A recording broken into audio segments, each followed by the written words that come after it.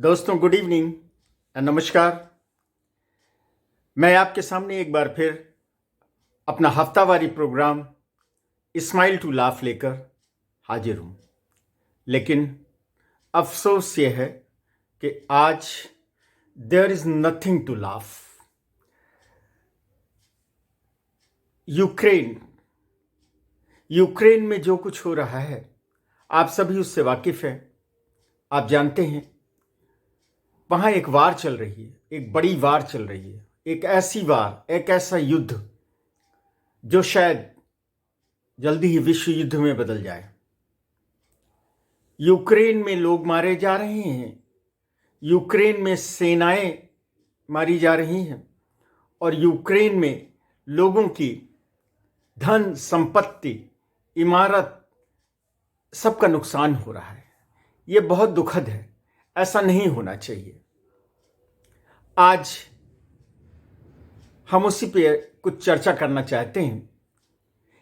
एक साधारण व्यक्ति इस यूक्रेन समस्या क्या है, क्यों पैदा हुई और साथ ही साथ क्या इसका कोई हल है, ये जानना चाहता है।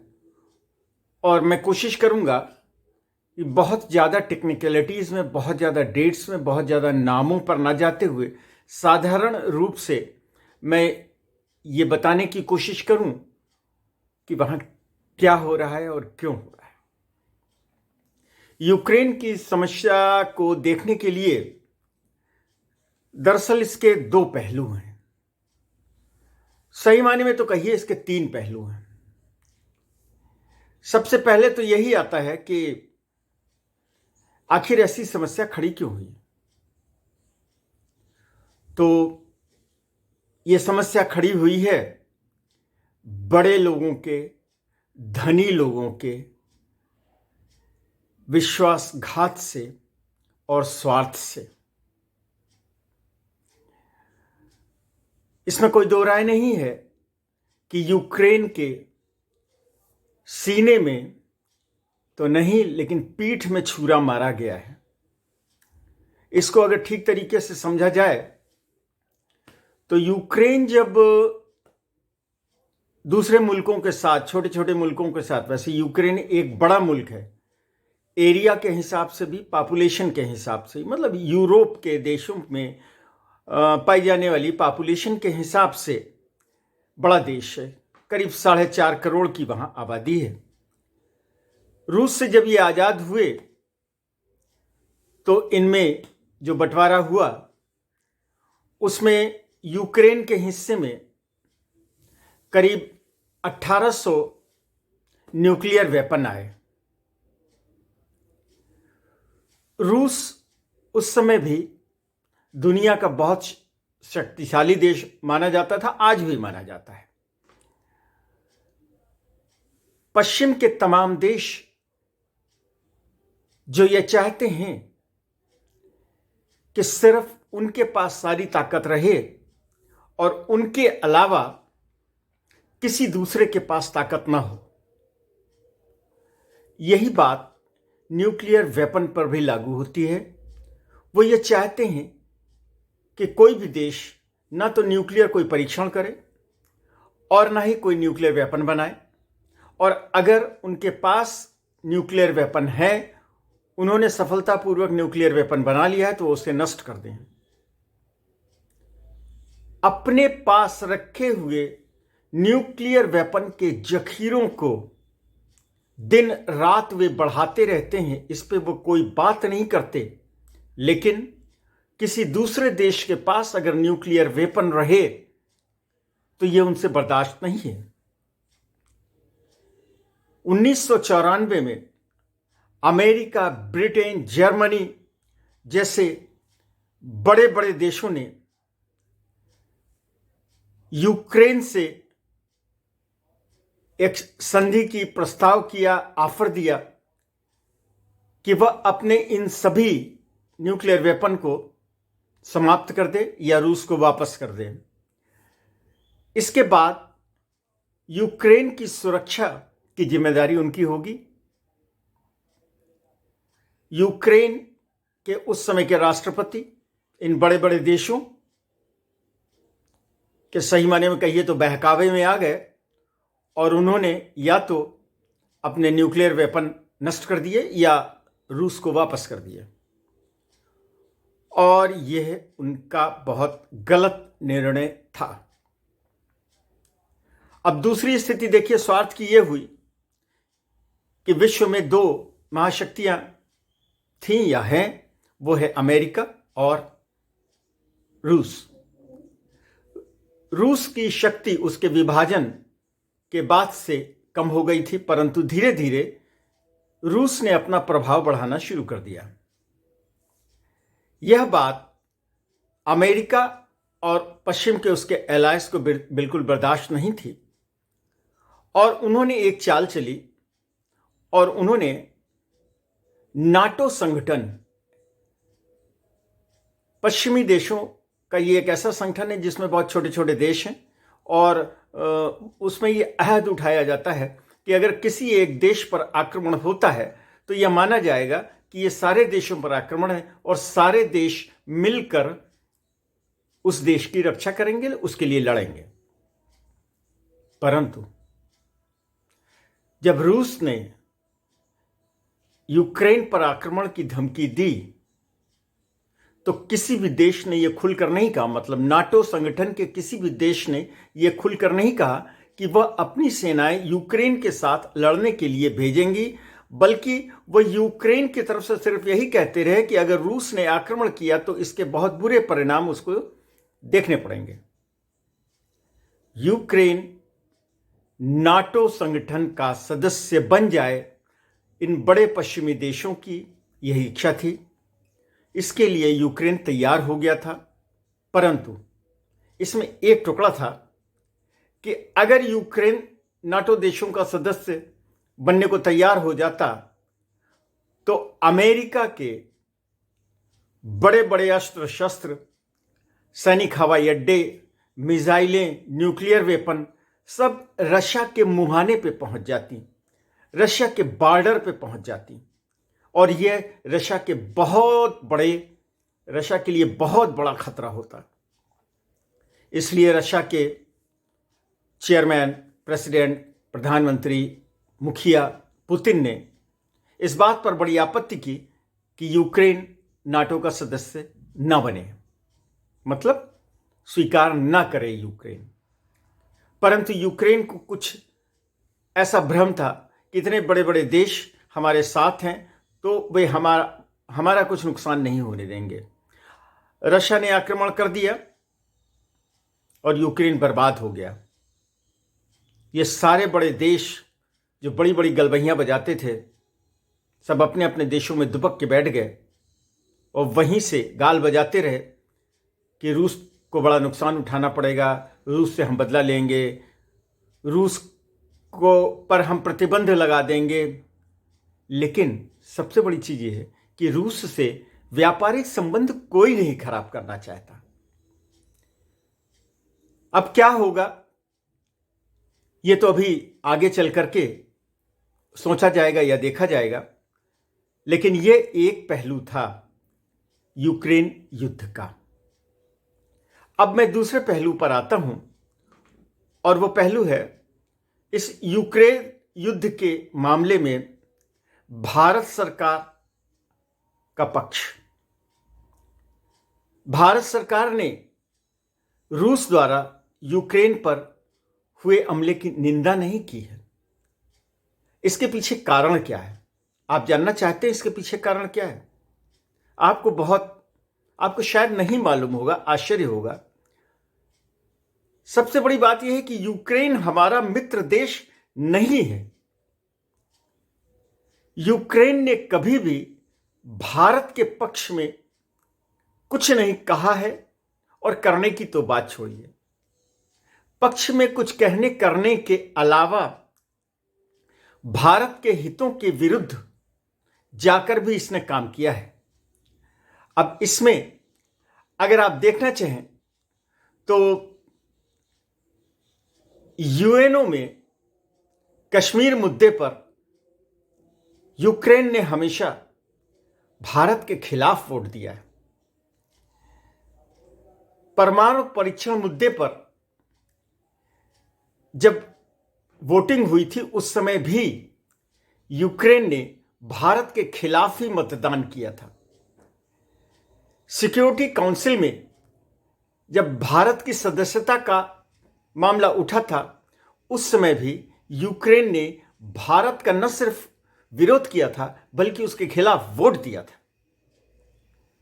आपको क्या मालूम है कि यूक्रेन पाकिस्तान का सबसे बड़ा हथियारों का सप्लायर है। जिस समय पाकिस्तान को हथियारों की जरूरत होती है उसके लिए पहली मार्केट होती है यूक्रेन। 400 टैंक जो इस समय पाकिस्तान की सेना में शामिल हैं और भारत के सीने पर दंदनाते फिरने की धमकी देते रहते हैं, वो यूक्रेन द्वारा ही दिए गए हैं।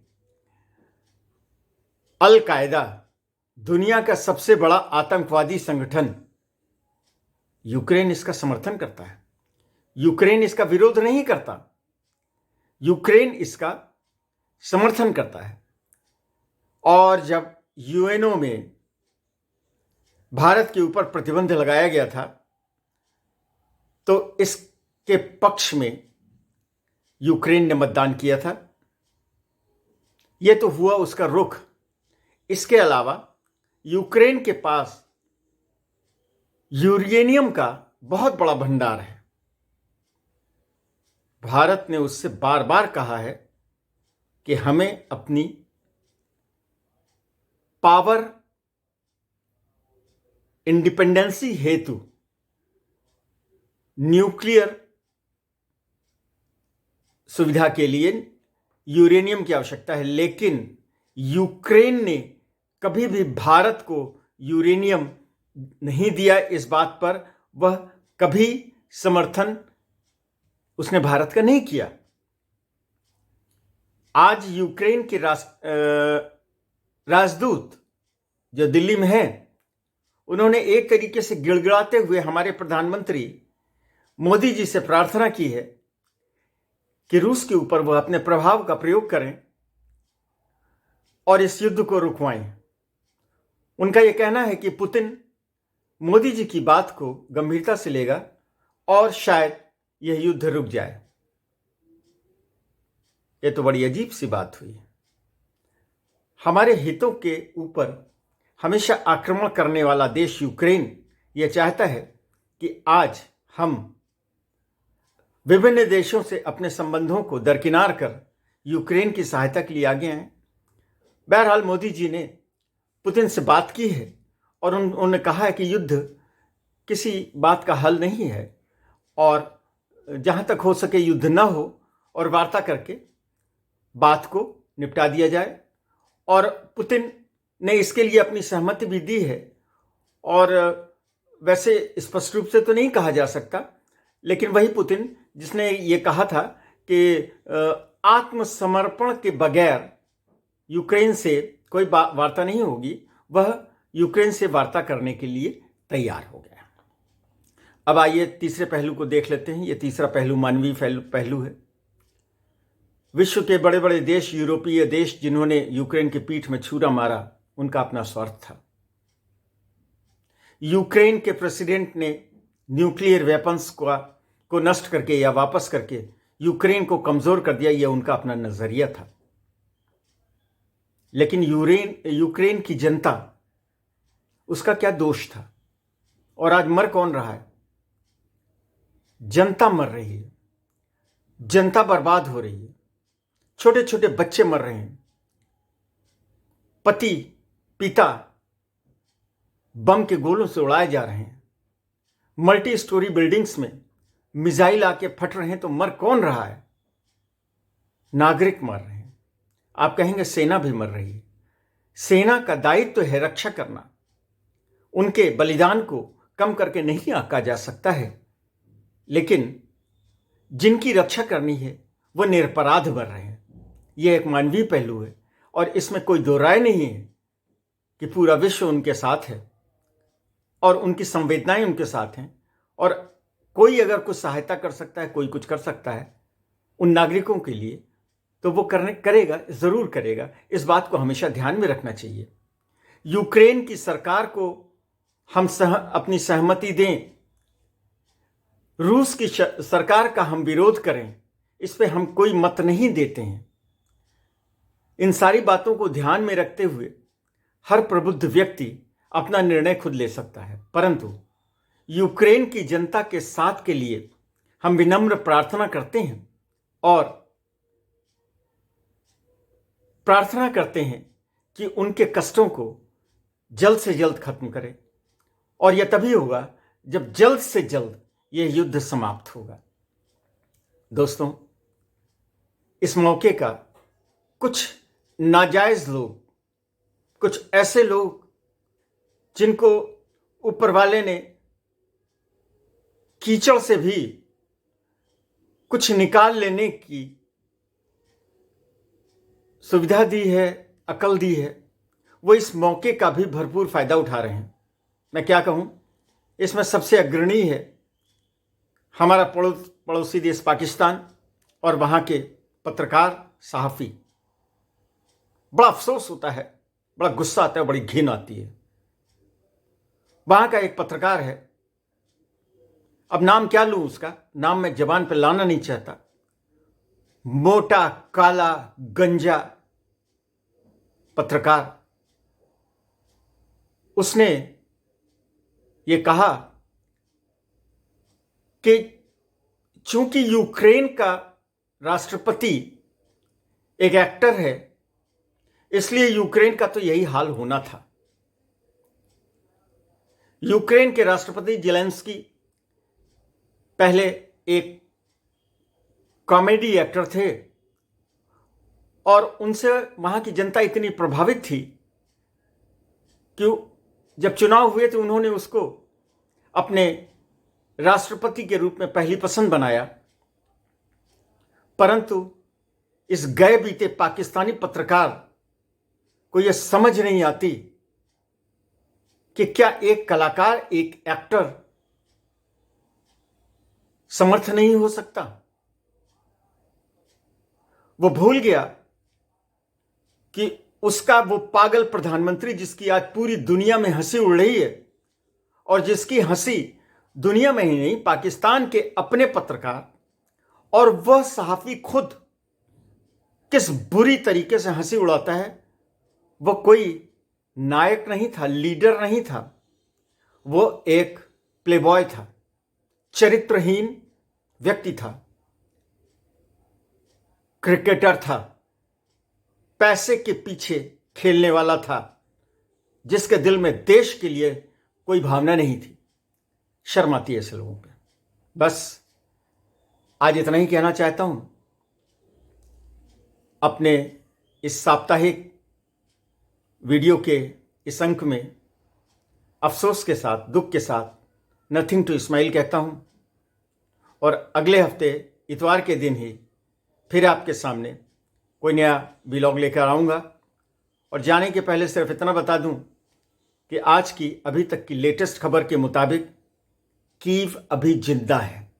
यूक्रेन पर रूस का पूर्ण कब्जा नहीं हुआ है और यूक्रेन के लोग, आम नागरिक, कंधे से कंधा मिलाकर और हथियार हाथ में लेकर रूस की शक्तिशाली सेना का सामना कर रहे हैं। और जब एक आवाम उठ खड़ी होती है तो बड़े से बड़ा शासक भी, बड़े से बड़ा जुल्म करने वाला भी उनका कुछ नहीं बिगाड़ सकता। नमस्कार, थैंक यू वेरी मच। अगर आपको पसंद आए तो आप मेरे इस चैनल को सब्सक्राइब कीजिए, शेयर कीजिए और बेल बटन भी दबाइए। एक बार पुनः नमस्कार, अगले हफ्ते फिर मिलेंगे।